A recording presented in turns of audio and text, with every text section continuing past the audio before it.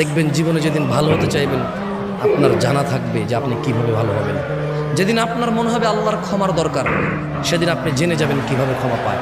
যদি আজকে এই মাহফিল মনোযোগ দিয়ে শোনেন, আরে হ্যাঁ, আমি চলে যাওয়ার পরে এই মাহফিল চলে যাবে না তো, কারণ আমি কোনো কিস্সা কাহিনী বলতেছি না, এখানে কোনো গল্প উদাহরণ দিচ্ছি না, সূরা নূর পড়ে শোনাচ্ছি। কি পড়ে শোনাচ্ছি?